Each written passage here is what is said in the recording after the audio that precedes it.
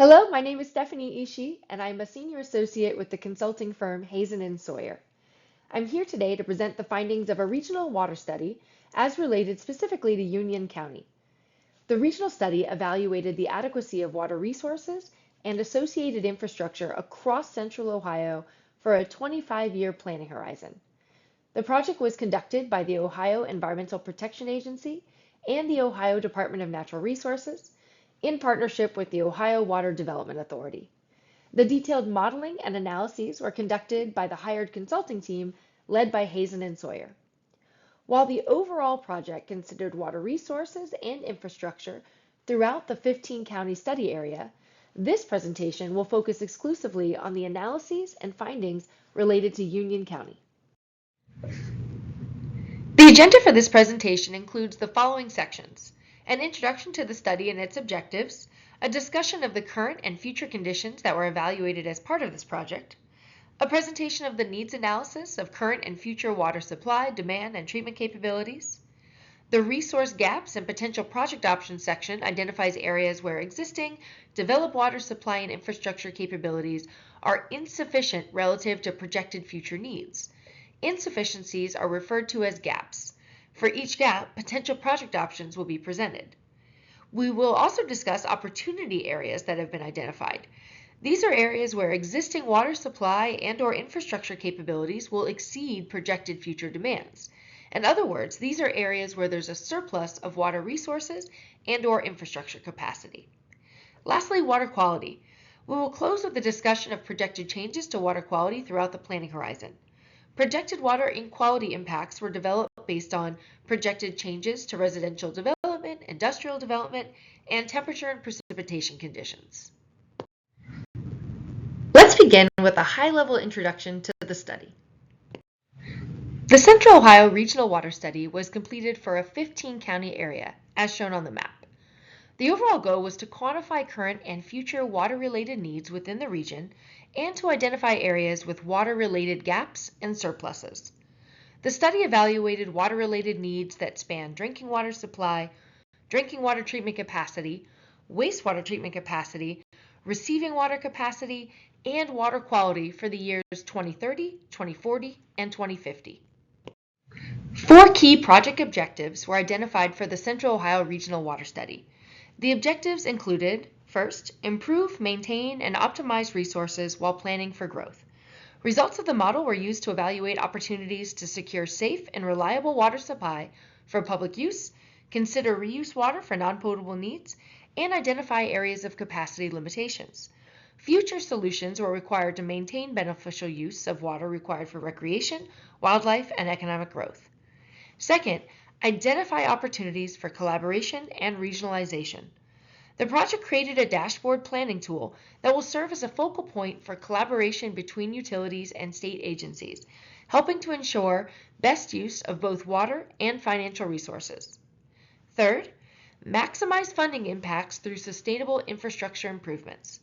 Using the analytical capabilities in the dashboard, state agencies can now and will in the future be able to help identify funding to build the infrastructure needed to meet the long-term needs for the region. And lastly, identify future needs. The project also provides information to the state agencies on how stormwater and surface waters will be impacted by the growth and development that's projected. The project can be used to identify opportunities to help mitigate impacts of development on the environment. The focus of the presentation will now shift to a discussion of the current water resource conditions in Union County. This section will also include an introduction to the modeling that was completed for the evaluation of the overall water resources throughout the project area.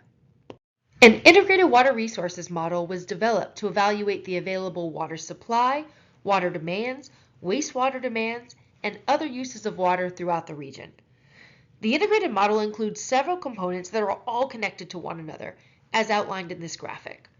Surface water, along with reservoirs and groundwater supply, feed either directly to water demands or feed a water treatment plant. That water treatment plant in turn supplies water demands, including the local population, golf courses, industries, and a myriad of other uses. These water demands then go to a wastewater treatment plant where the water is treated and returned to surface water or groundwater supplies. The water resources model developed for this project attempts to track all of the water uses in central Ohio and determine if sufficient water supplies exist for projected growth. The model evaluates if there's enough treatment capacity, if all demands can be met, and if wastewater treatment plants can treat the projected flows. The model was evaluated for the entire 15-county region. This presentation will focus on the current and future supply and demand for water resources in Union County. Groundwater availability was estimated at the Huck 10 watershed level. Huck 10 is the size of the hydrologic area used in the model. To explain, Huck, or HUC, stands for Hydrologic Unit Code, and the 10 stands for the number of digits. The U.S. Geological Survey has delineated each of the watersheds in the country and assigned them a specific number based on their location, similar to a zip code. The system identifies drainage areas into regions, those have 2 digits, subregions, those have 4 digits, basins, 6 digits, subbasins, 8 digits, watersheds, those have 10 digits, and subwatersheds, 12 digits.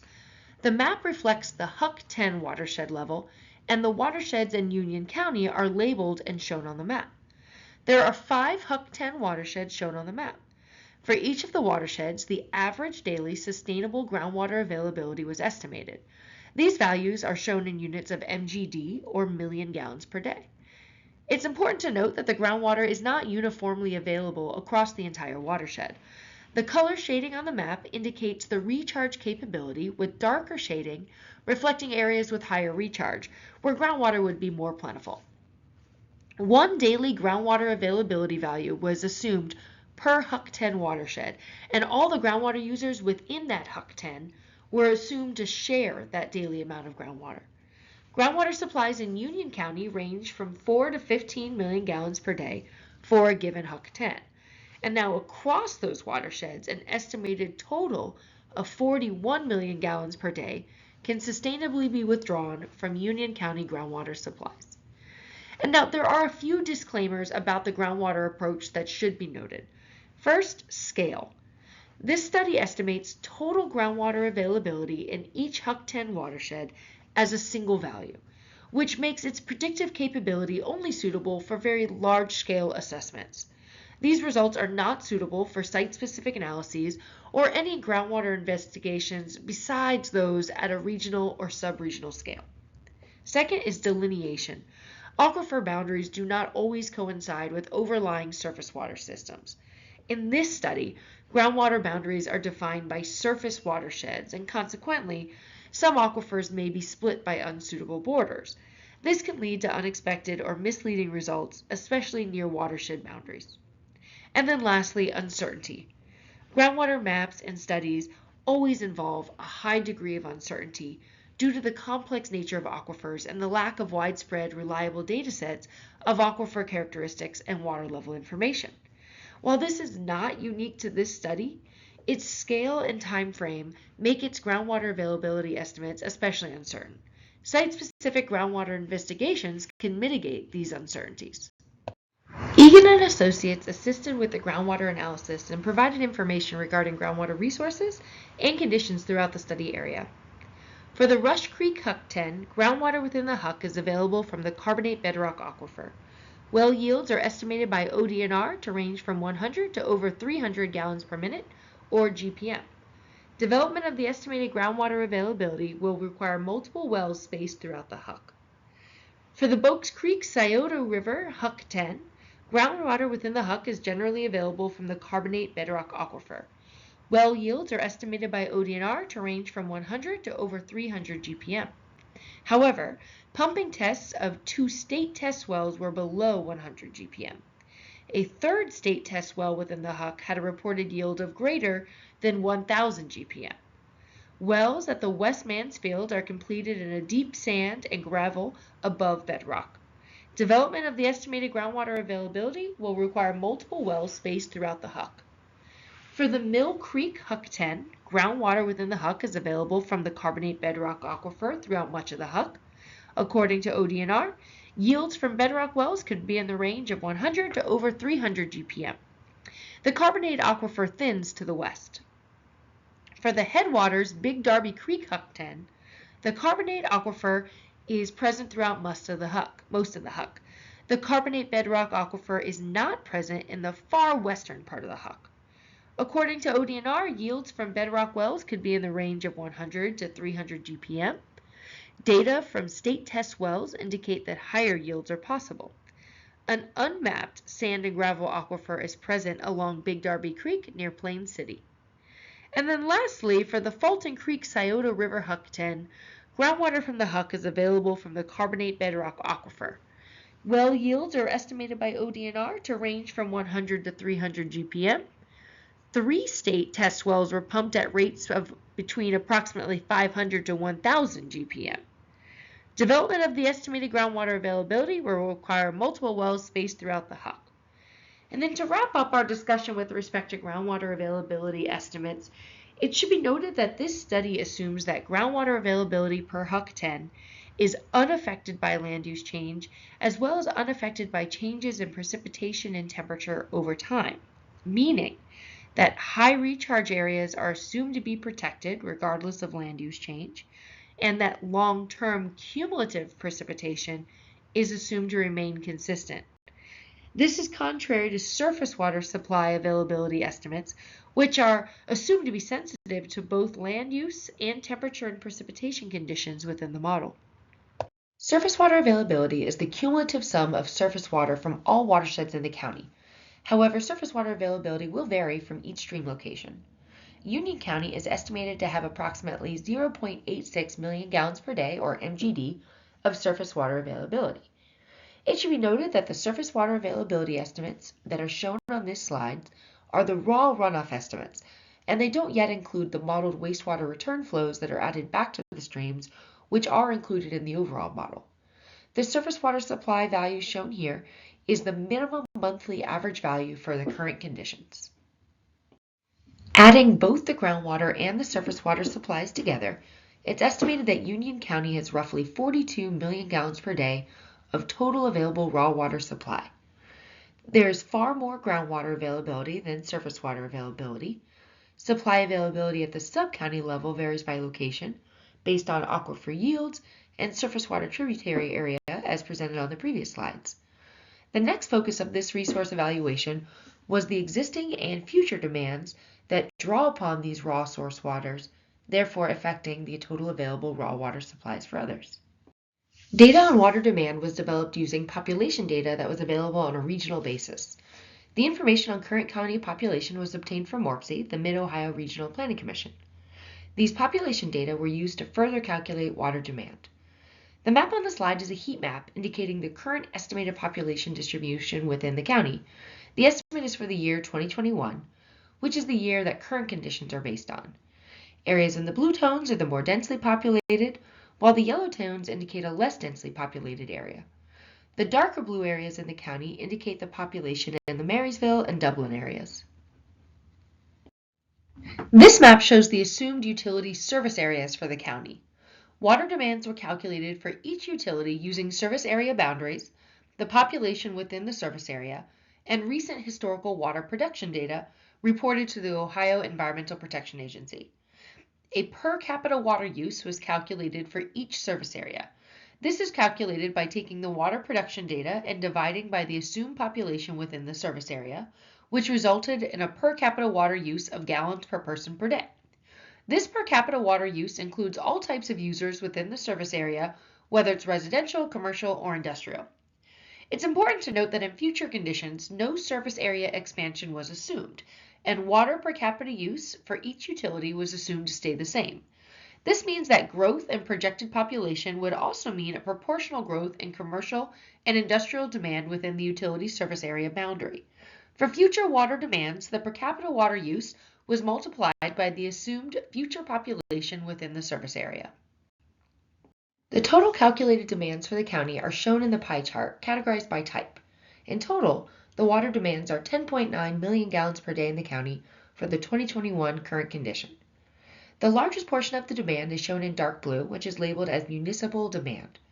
This demand is approximately 4.1 MGD and is based on the population and utility boundaries discussed earlier.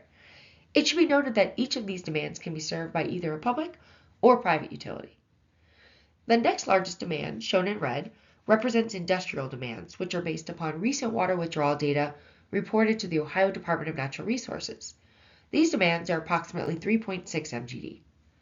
The third largest demand, shown in light blue, comes from the private water systems. Private water system demand is calculated using the population that is not within an assumed service area. This population is assumed to be self-serving using groundwater wells. The per capita water usage for these private water users is 70 gallons per person per day.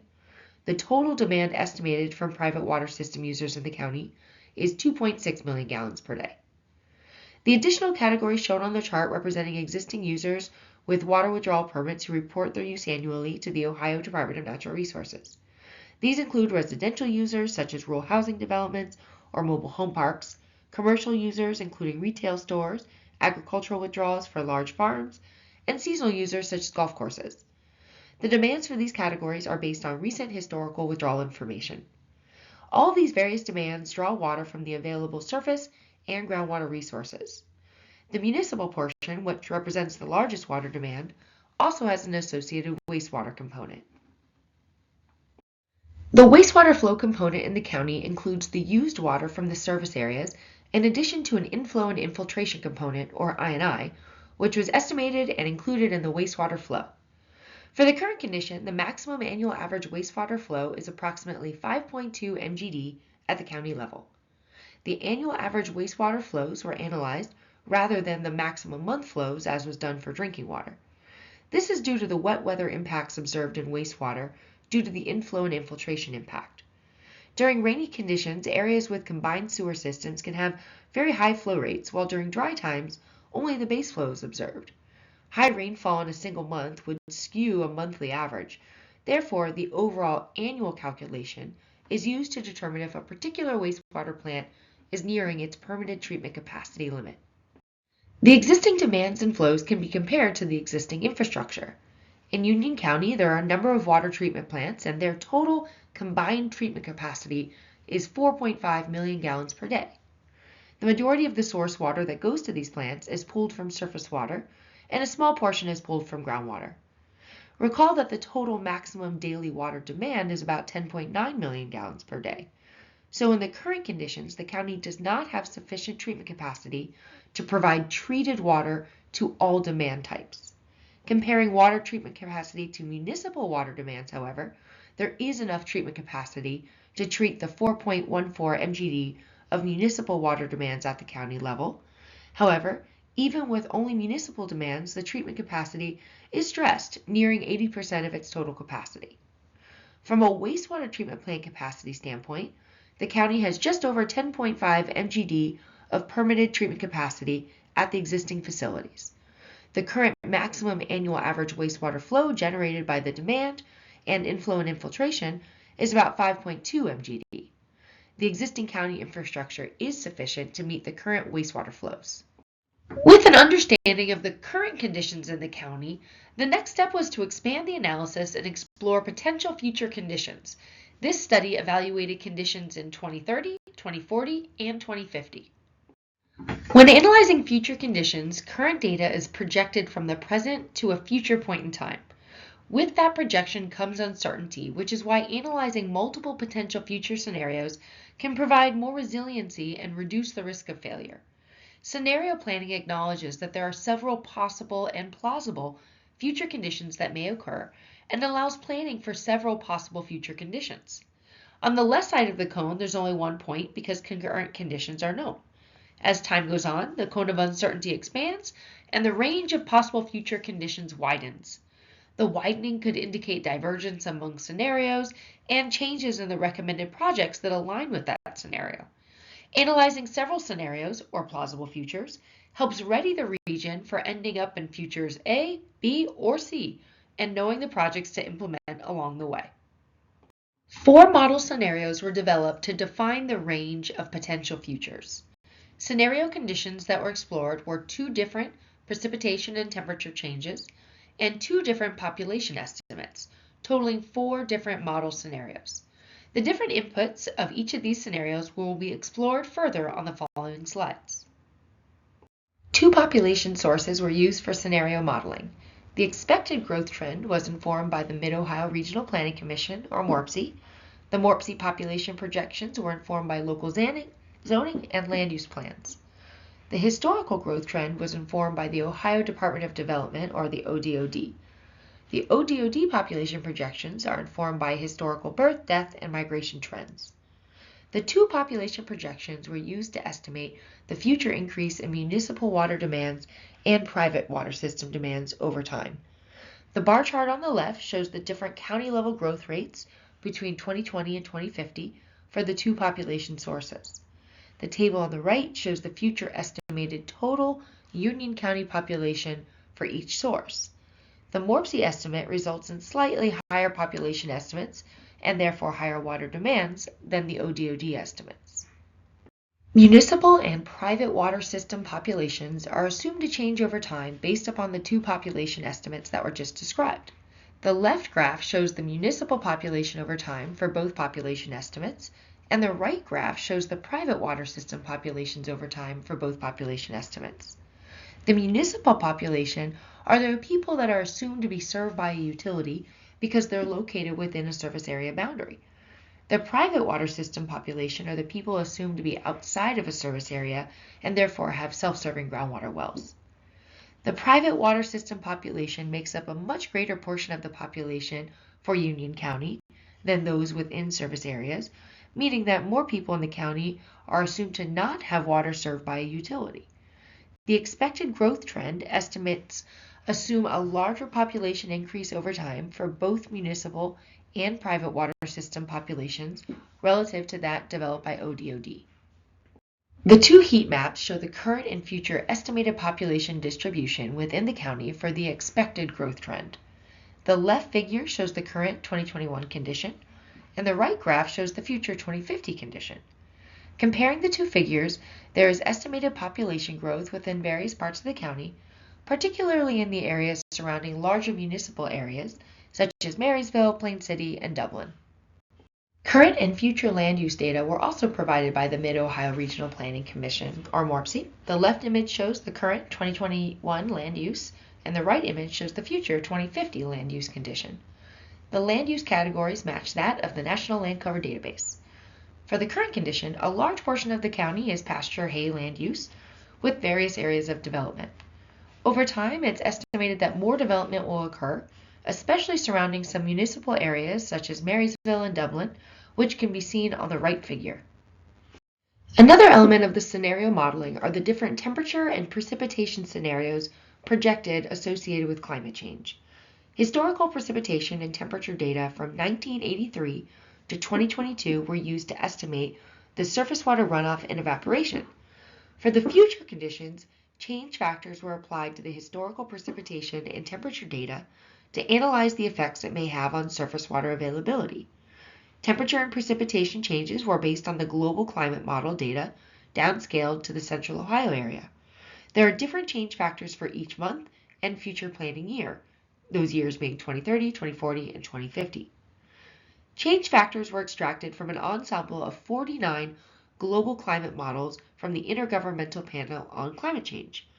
Two scenarios, climatic condition scenarios, were selected for evaluation of future conditions, a moderate climate scenario and a hot and dry scenario.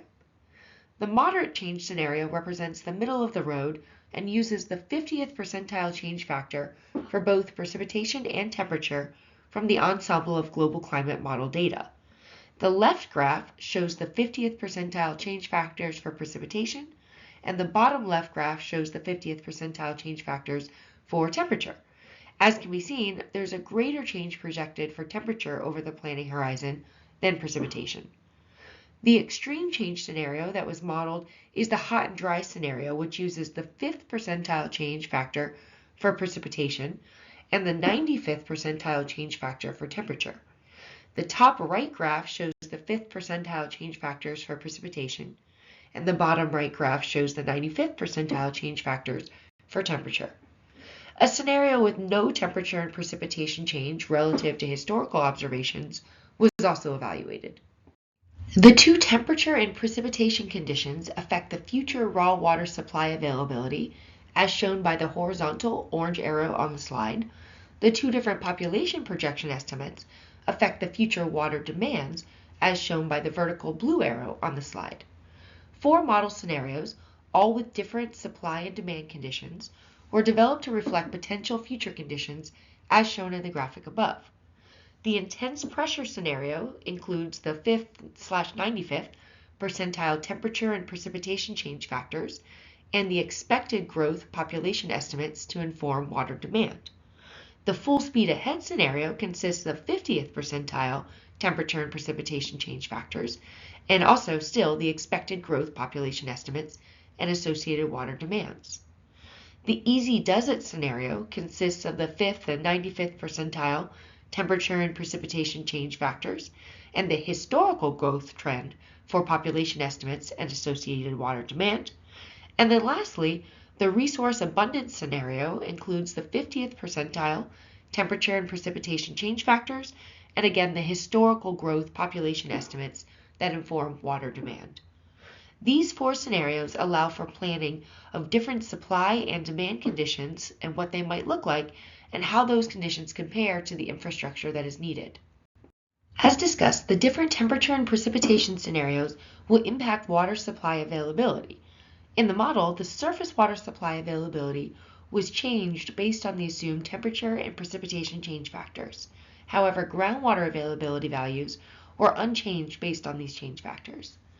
The graph shown here shows total supply availability before any demands for both surface water and groundwater over time are taken out for both of the change scenarios. Generally, the extreme change scenario, hotter and drier, results in less available surface water over time and therefore less available total raw water supply. The bar chart shows the assumed future water demands over time in Union County broken up by type. As shown previously, current demands have notable portions of municipal, industrial, and private water system demands. For future demands, industrial demands become most of the total demand by 2030 and continue to be a large contributor of demands throughout the planning period.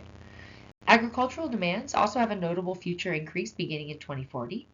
The assumptions for future industrial and agricultural demands are discussed in more detail in the following slides. Ohio State University was consulted about assumed increases in future agricultural irrigation water demands. It's estimated that by 2040, agricultural fields will need at least 5 inches of irrigated water during the critical growing season, which is between July and September.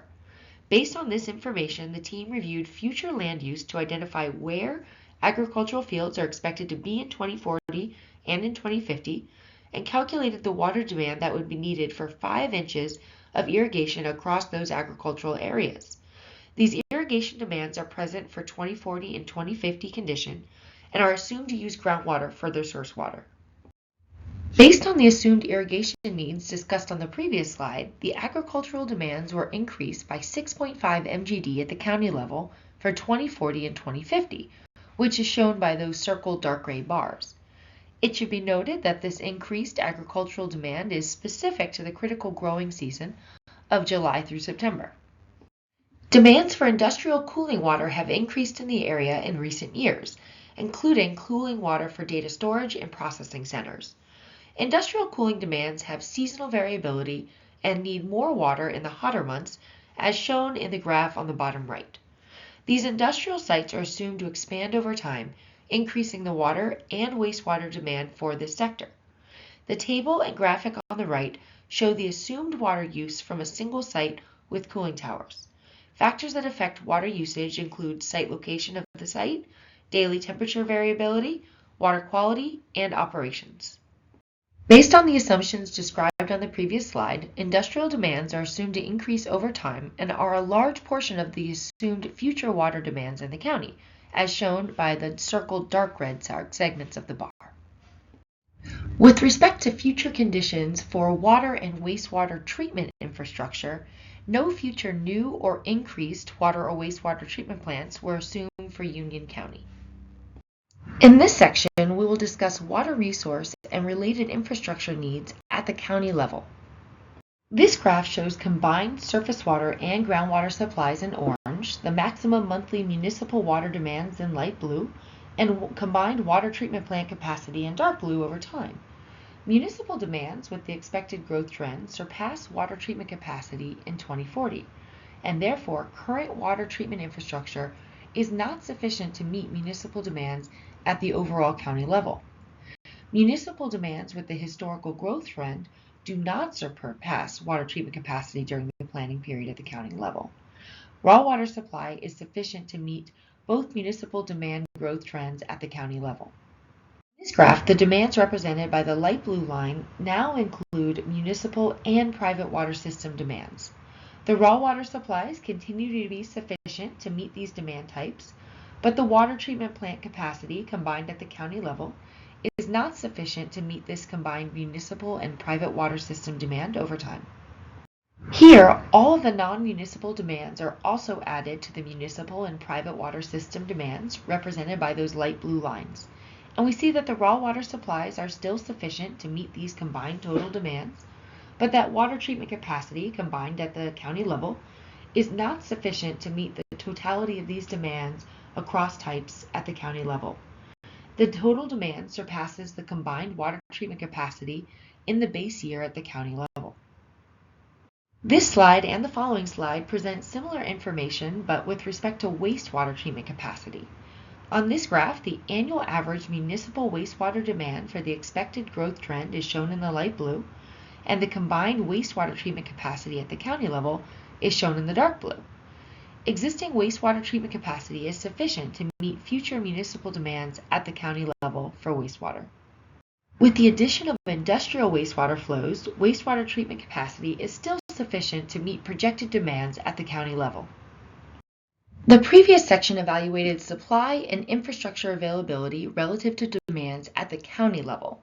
This following section will address resource gaps and abundances when you consider where those supplies, infrastructure, and demands are actually projected to occur within the county relative to each other.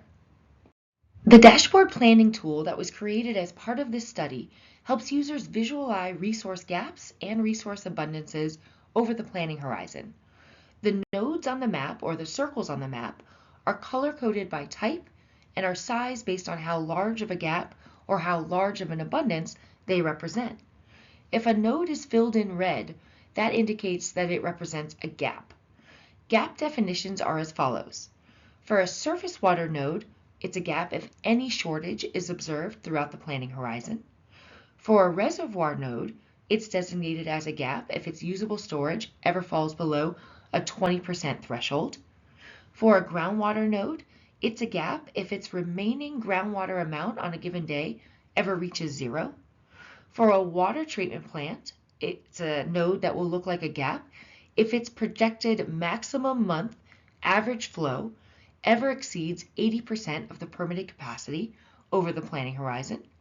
And then lastly, for a wastewater treatment plant, it will be designated as a gap if its projected maximum annual average flow ever exceeds 100% of its associated permitted capacity. This table summarizes resource gaps within the county for each scenario and model year. There are at most 4 gaps for any given year and scenario for the entire county. Identified resource gaps in the county consist of both infrastructure and raw water supply gaps. These gaps will be further explored on subsequent slides.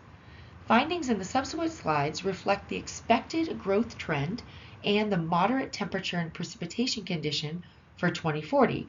This is also referred to as the full speed ahead model scenario.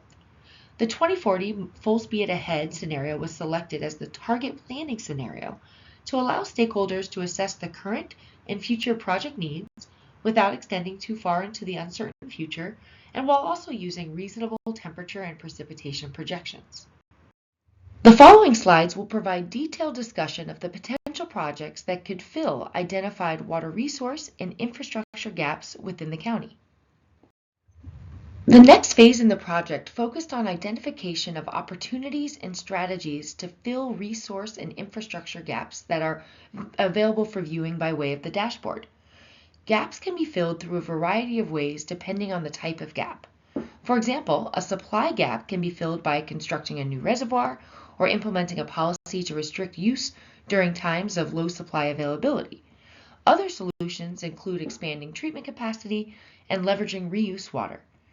Gaps are often filled with a project or by a set of projects.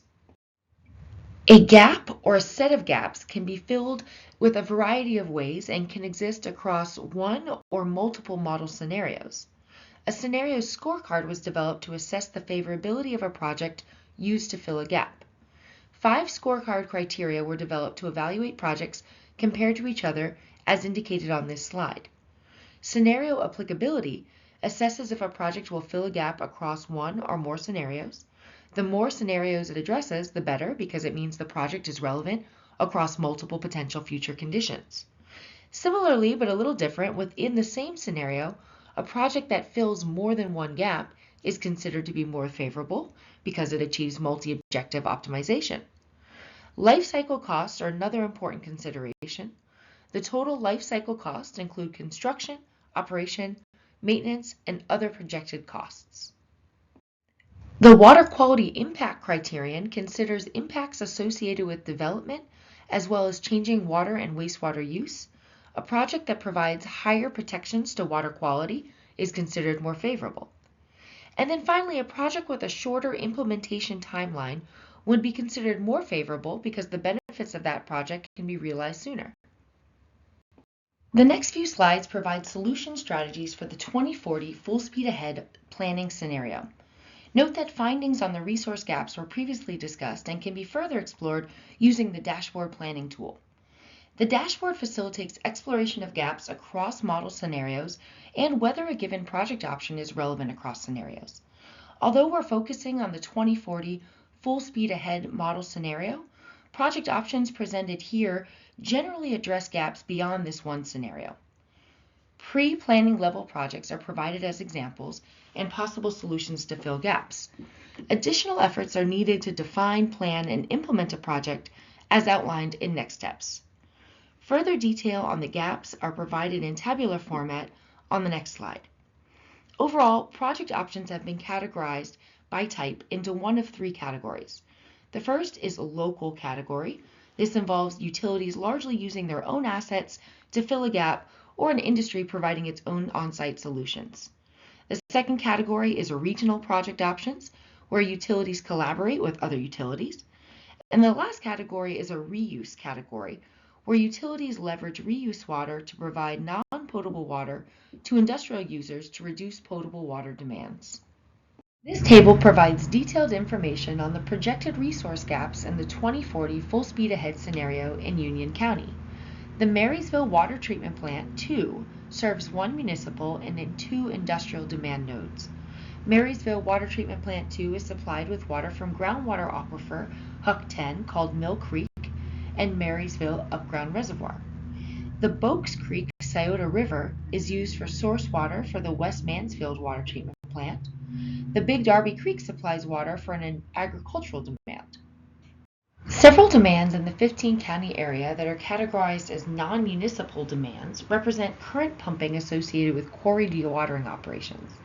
In this integrated resource model, quarry dewatering demands are simulated as follows. Existing quarry dewatering demands are assumed to remain constant over the planning horizon. Dewatering demands are served by groundwater only after all other demands have been met.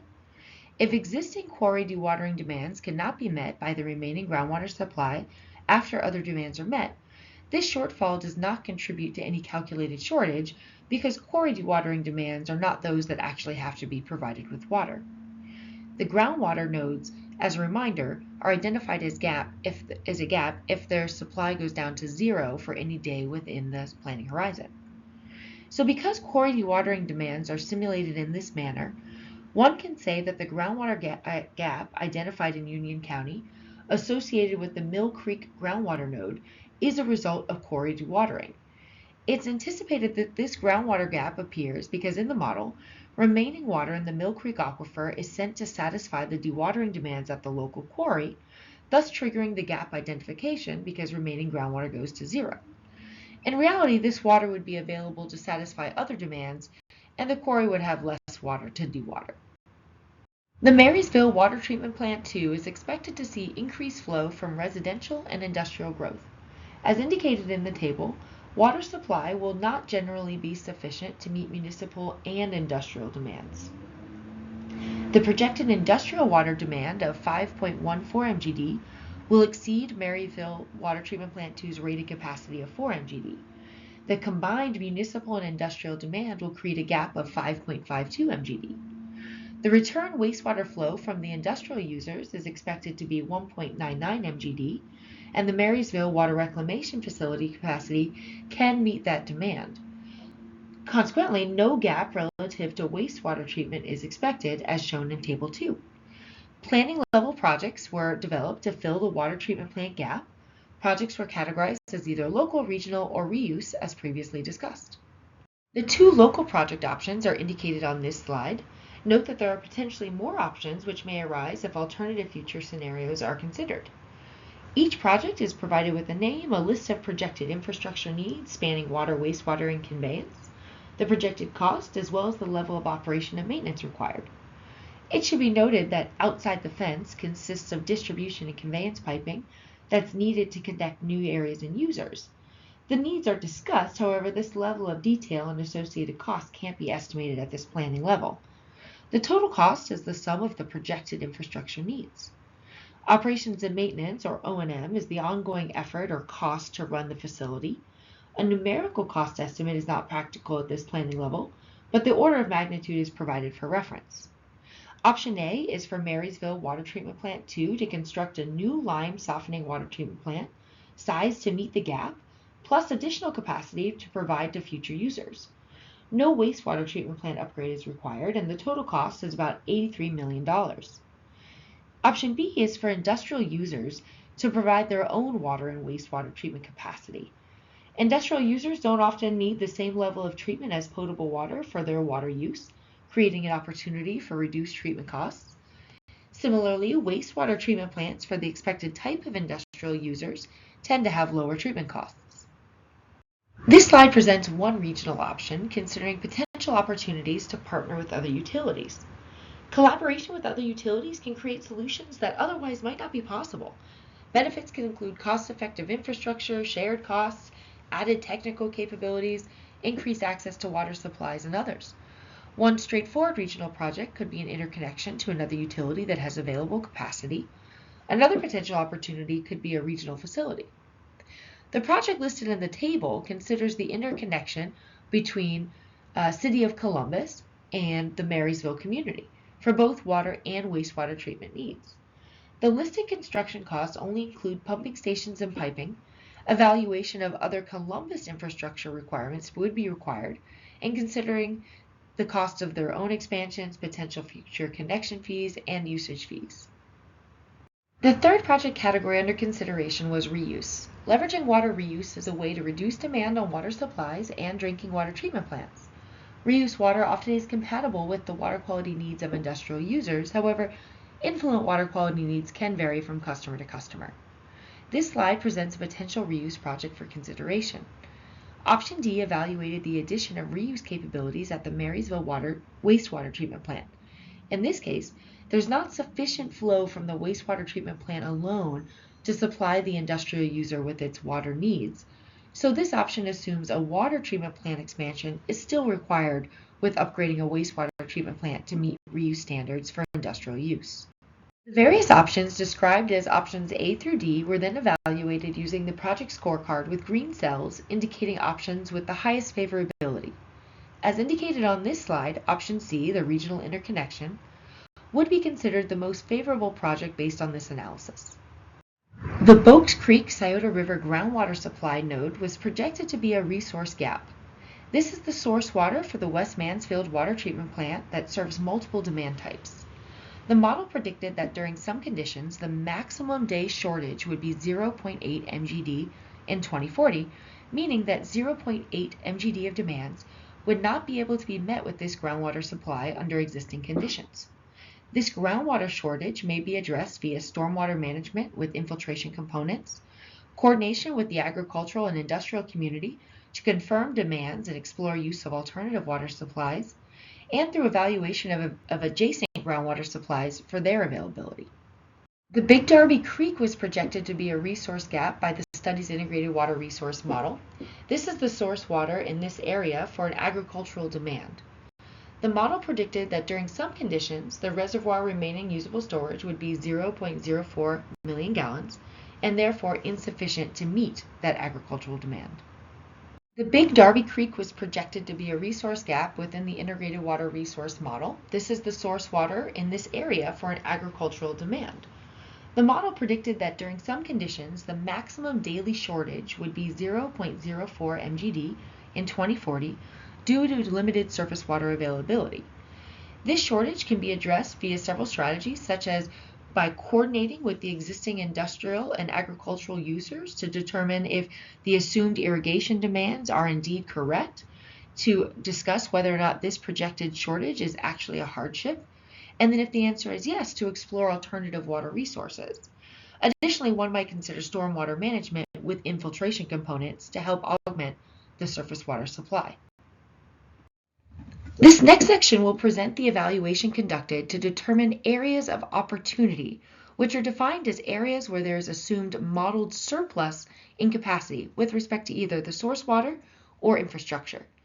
It should be noted that this section only identifies potential areas of opportunity. Project planning and utilization of surplus capacities will require further evaluation and discussion with local municipalities and stakeholders. First, let's look at areas of opportunity with respect to raw water supply availability. Raw water supplies in the county have opportunity for growth. There is very limited surface water opportunity in Union County, and surface water supplies should be protected to supply the Marysville Reservoir. There is more groundwater opportunity than surface water within Union County, especially within the western portion of the county. Next, let's look at areas of opportunity or surplus resource with respect to water and wastewater treatment capacity with existing infrastructure. The Marysville Water Reclamation Facility has available treatment capacity, providing area for opportunity and additional wastewater flows. However, the treatability of industrial wastewater should be evaluated beyond just simply looking at available capacity. In this next section, we will present the project findings related to projected water quality across the planning horizon. While the Central Ohio Regional Water Study was primarily focused on water supply and infrastructure capacity, the models developed were also used to project potential impacts to water quality that may occur due to changes in population, land use, infrastructure, and climate. The goals for the water quality assessment were to 1. Characterize existing water quality conditions. The study identified watershed with the highest existing water quality. Such pristine watersheds were considered to be the most sensitive to future development. 2. Determine potential impacts. The study developed potential impact factors based on available data and the suite of possible future scenarios, including those evaluated for water supply and treatment.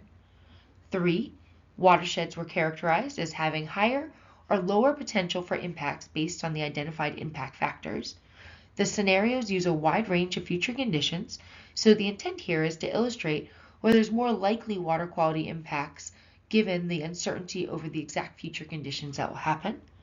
And then lastly, fourth, provide recommendations and activities that could be completed by local agencies, utilities, and organizations to help offset, mitigate, and protect against water quality degradation.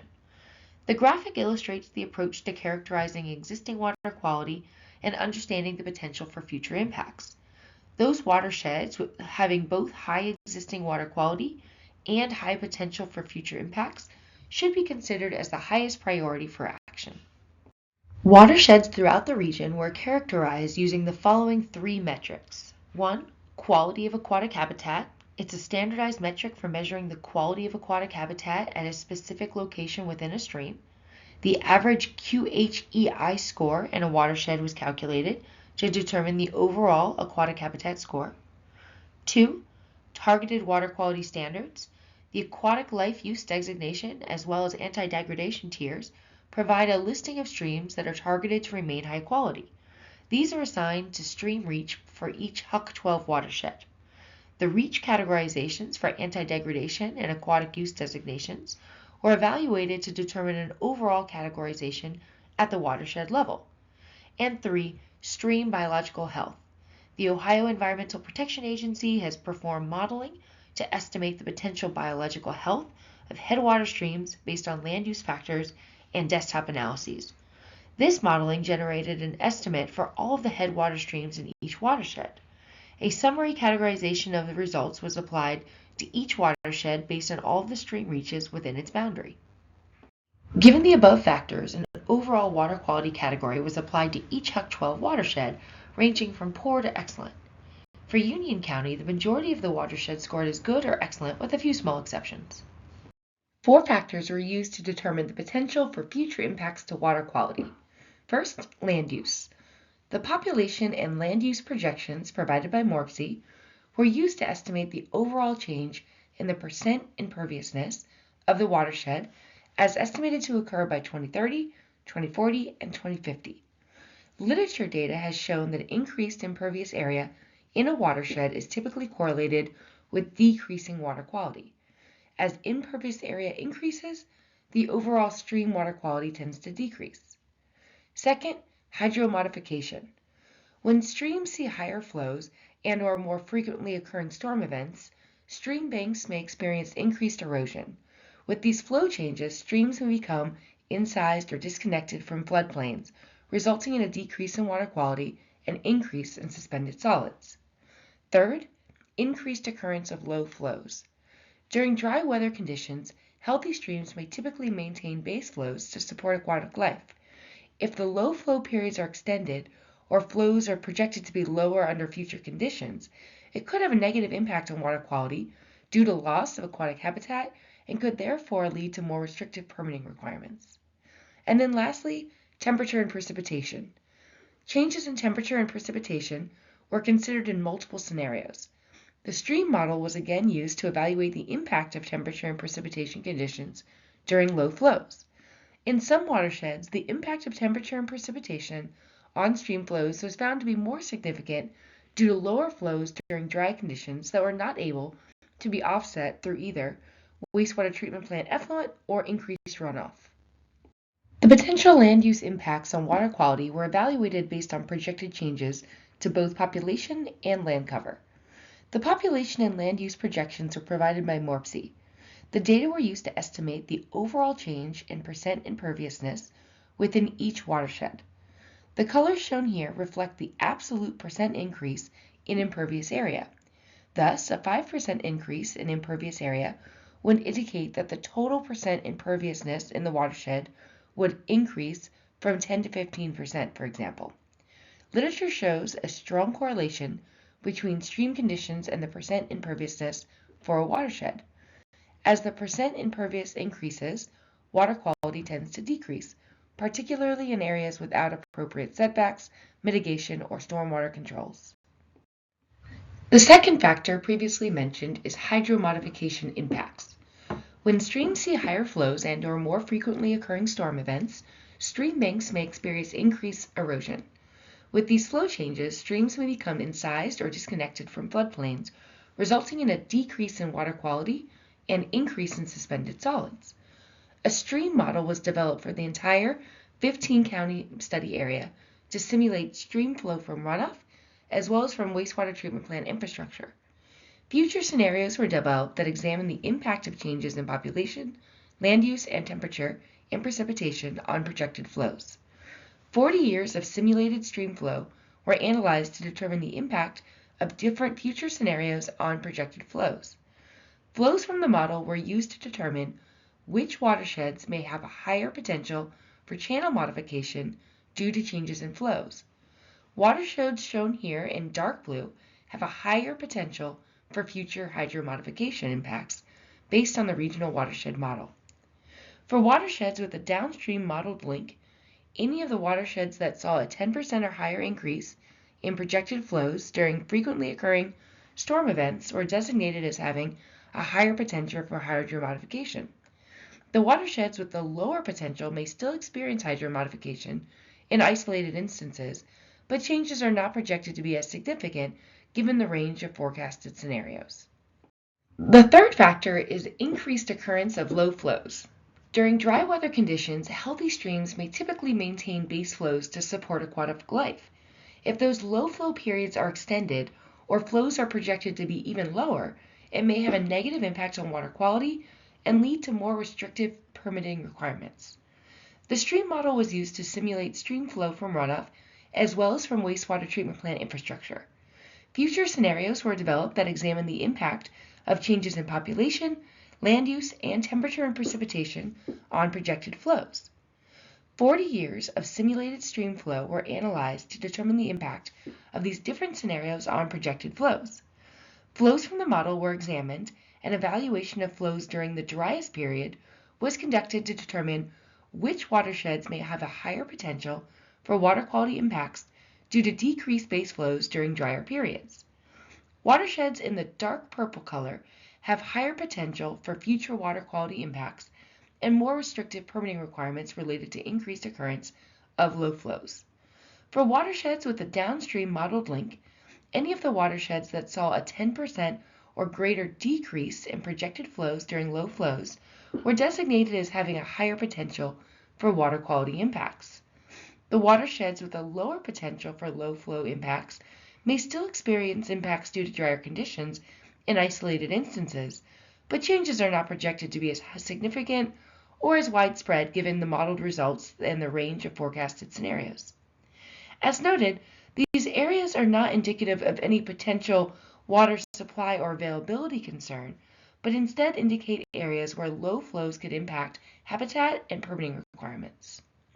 The fourth factor is temperature and precipitation. Changes in temperature and precipitation were considered in multiple scenarios. The stream model was again used to evaluate the impact of temperature and precipitation conditions during low flows. In some watersheds, the impact of the changing temperature and precipitation on stream flows was found to be more significant due to lower flows during dry conditions, especially areas that were not able to offset low flow through either wastewater treatment plant effluent or increased runoff. The model was used with 40 years of simulated stream flow to determine the impact of the different scenario conditions on projected flows during drier periods.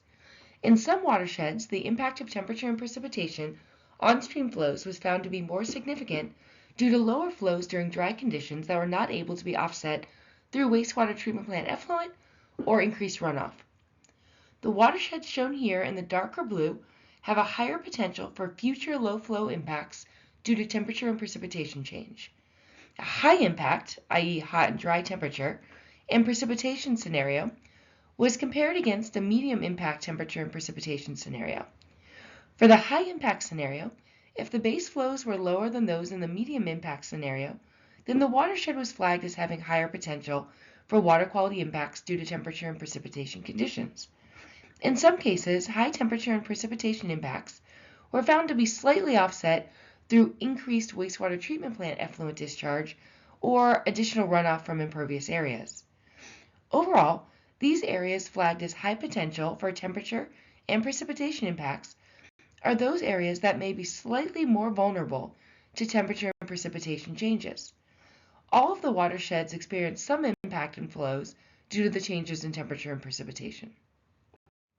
The Central Ohio Regional Water Study Dashboard can be used to examine individual watershed characteristics and to identify watersheds with excellent water quality and/or high potential for future impacts.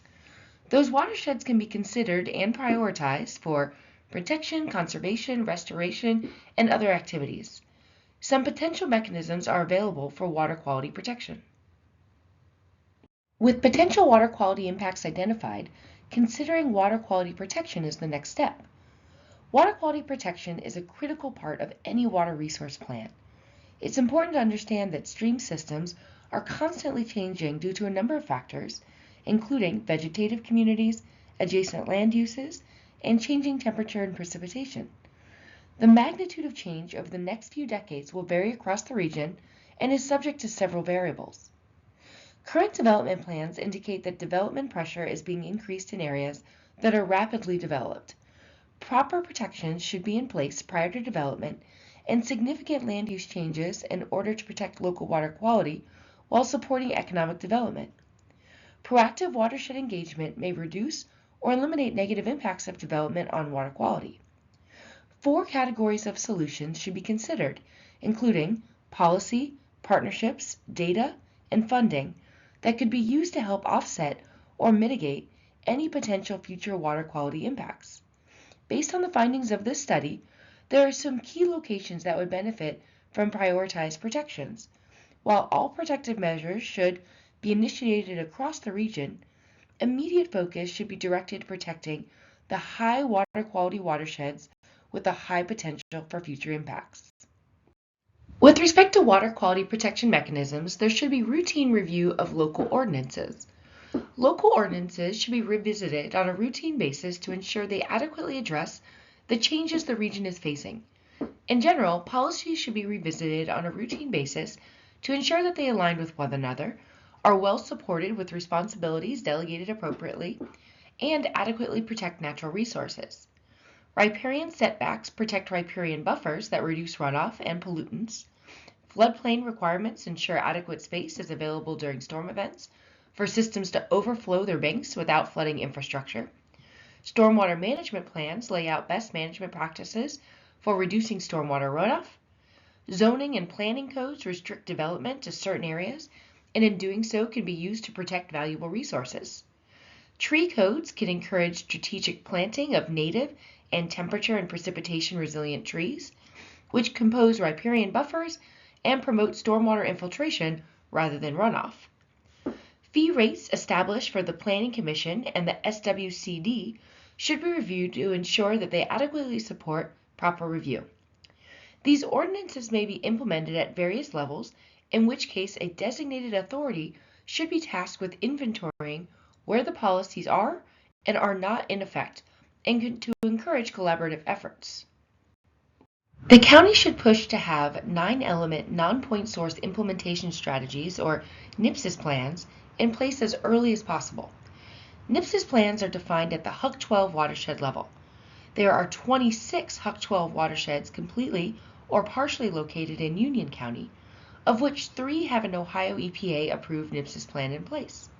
Depending on when TMDL plans are estimated to be complete, one may need to consider fast-tracking NPSIS plans in order to be eligible for 319 funding, and to help define and prioritize projects.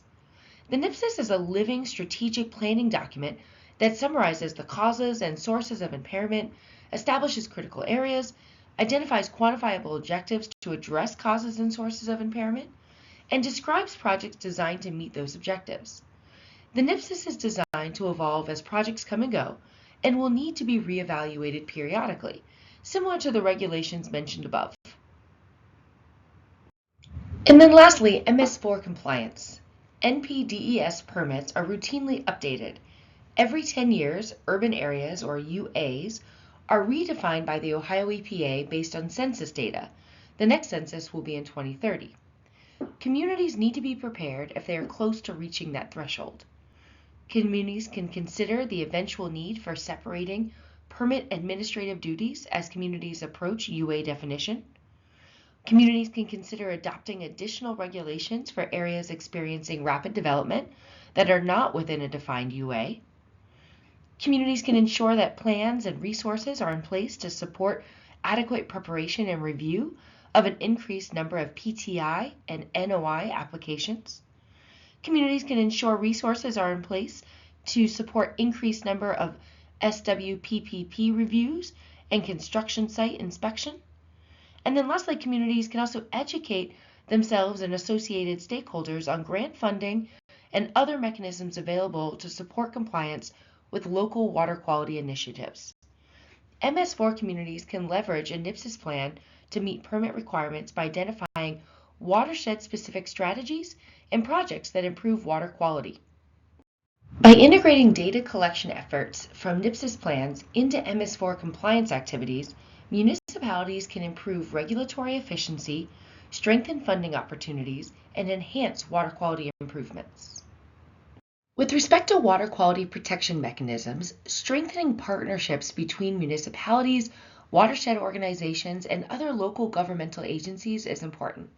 Communities don't need to work alone. Planning efforts are typically developed with input from state and local agencies, watershed groups and nonprofits, soil and water conservation districts, and universities and research institutions. By coordinating efforts with these stakeholders, communities can collaborate to get together and coordinate current issues and upcoming plans. Collaboration may include meeting regularly to discuss trends, projects, and upcoming plans. This can be outlined in stormwater master plans and can be expanded upon to involve additional stakeholders to discuss overall watershed action items. One can invite guest speakers to learn about new opportunities. Representatives from existing partnerships or outside agencies can share success stories, lessons learned, and upcoming opportunities for projects and funding. Collaborating data collection and permit review responsibilities to ensure responsibilities are delegated appropriately and that all partners have the resources they need to carry out said responsibilities can also come from this stakeholder engagement. Data can be shared and linked through GIS to improve accessibility, efficiency, and data gap identification. Communities can also increase community engagement and participation with existing watershed partners to create a network of support for managing water quality challenges. For example, support programs that provide training on data collection for monitoring water quality indicators.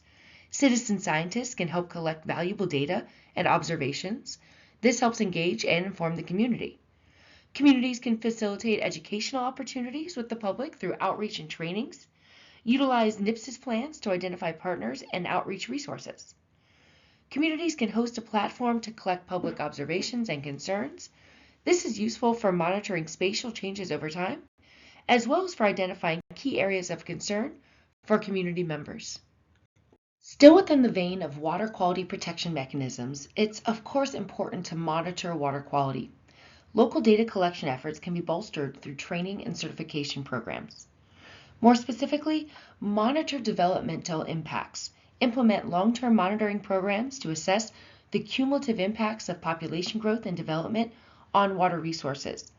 Educating communities about the importance of water conservation and pollution prevention can encourage responsible behavior and involve communities in data collection in a great way to encourage grassroots efforts to be taken hold. Use these monitoring data to inform revisions to watershed management plans and policies, ensuring that they reflect current and future challenges posed by the population and growth. Also, digitize records. Encourage the use of GIS viewers to store available data collected by various governmental and public entities. Digitize existing record drawings and georeference new development records as they are constructed.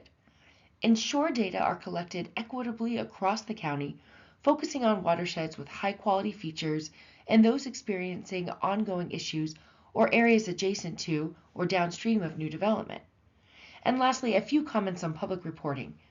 Collect observations of flooding, erosion, and general water quality, and store records digitally for analysis and reference. This will help identify areas of concerns that are being felt by the community. Share monitoring results with the public and stakeholders to increase transparency and accountability. The figure shown is a screenshot of some of the layers of the Northeast Ohio Regional Sewer District that they make available to the public on their GIS viewer. Red dots show public reporting of flooding. Storm sewers are depicted and attributes from records and inspections are stored. Attributes including pipe size, material, depth, and age are readily available and spatially referenced. Inspection data can be tagged for assets for tracking purposes. Department of Health IDDE sampling locations and results are also available. U.S. stream gauges are linked, as well as ODOT bridge inspection data. Planning studies are identified that include reports and recommendations for the problem areas where available. Prioritize infrastructure upgrades. Secure funding for critical infrastructure such as stormwater management systems, wastewater treatment plant upgrades, and failing septic system replacements to support growing populations. Focus on areas identified as current or near-term gaps. Consider future scenarios to inform planning decisions, and assess regional optimization of services as early as possible. Incentivize sustainable practices. Establish funding programs to encourage developers to adopt green infrastructure or other low-impact development techniques that minimize the environmental impact of new construction. Stormwater best management practices, including bioretention, pervious pavement, and extended detention, can also help improve water quality challenges. Encourage redevelopment over new development where possible. Proactively identify areas that are suitable for redevelopment. Leverage grant programs. Clean Ohio Green Space funding is available for preserving green space and riparian areas through Clean Ohio, which is part of the Ohio Department of Public Works. This funding can also be used for property acquisition. The Ohio EPA Water Resource Restoration Sponsor Program allows for nonprofit organizations, parks, and municipalities to apply for funding to protect or restore high-quality water resources, such as Category 3 wetlands or at least warm water habitat life use designation water supplies. It's a competitive annual process that connects recipients with a sponsor. A sponsor is a recipient of a WPCLF loan. Interest from the sponsor's loan ideally pays for the implementer's projects. Additionally, there's Section 319 grant funding for Huck 12s with existing NIPSEs. And then also there's H2O Ohio, which is described on the next slide.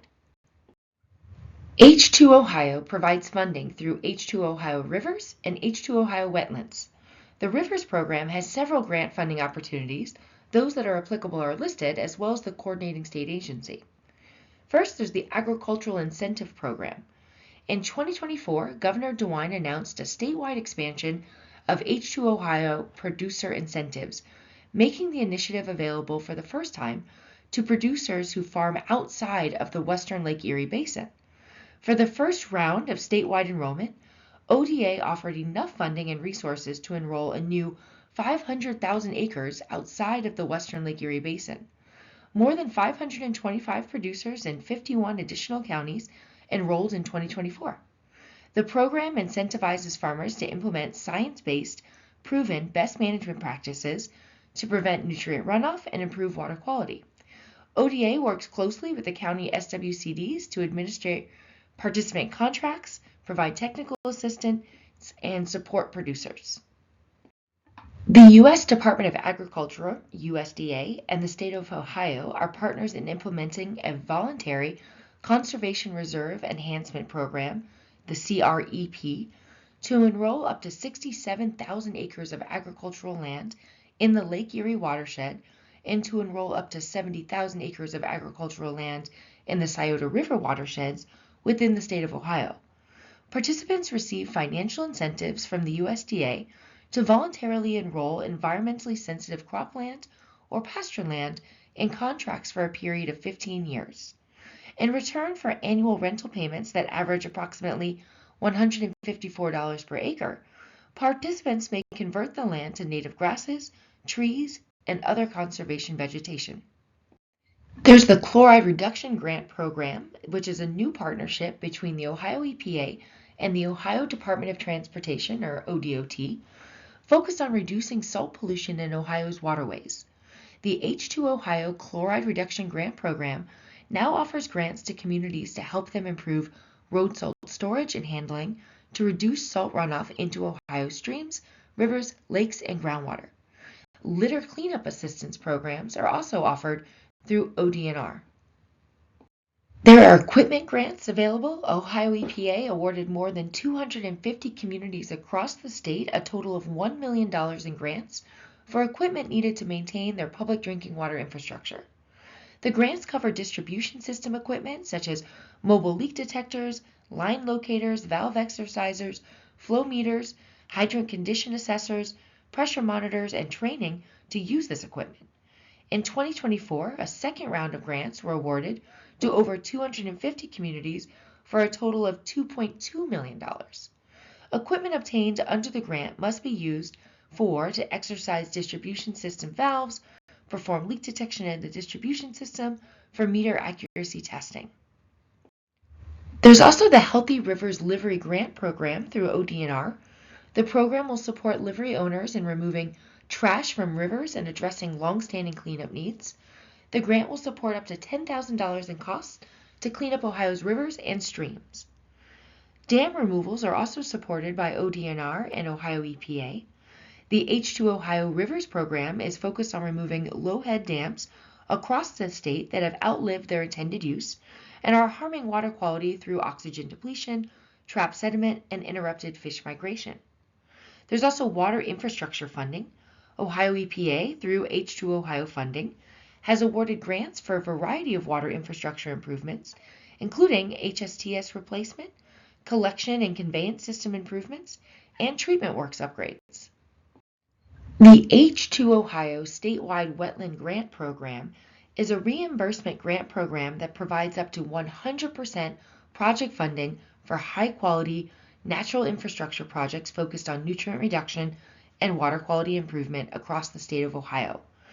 Applicants for grant funding for projects outside of the WLEB are open annually. July 2025 starts.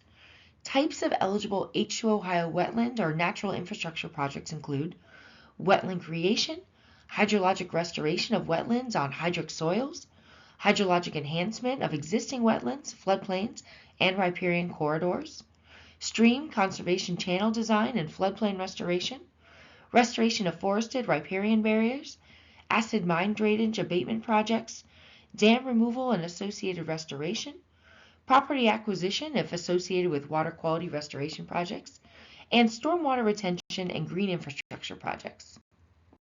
In summary, the Central Ohio Regional Water Study included an evaluation of projected residential and industrial growth, the associated increased water demand, available water resources and water-related infrastructure, including water and wastewater treatment plants. The study evaluated the adequacy of existing resources and infrastructure to meet projected increases in demand over a 25-year planning horizon, extending through 2050. The findings for Union County can be summarized as follows. Union County is projected to experience residential and industrial growth in the near future. This growth has the potential to put stress on available water supplies and related infrastructure. Water resource and infrastructure capacity were compared to projected water and wastewater demands. Future projects were identified to alleviate or offset projected gaps. Projects identified as part of this project have been designated as local, regional, or reuse focused to give a range of potential future investments. In addition, areas of opportunity have been identified, which can lead to regional partnerships and a sharing of resources. As growth occurs throughout the county, plans and pathways for protecting local streams and encouraging sustainable development practices can be leveraged. If you have any comments or questions regarding this presentation or the Central Ohio Regional Water Study Dashboard, please refer to the project website for additional resources and for contact information. Thank you very much for your time and interest in the Central Ohio Regional Water Study.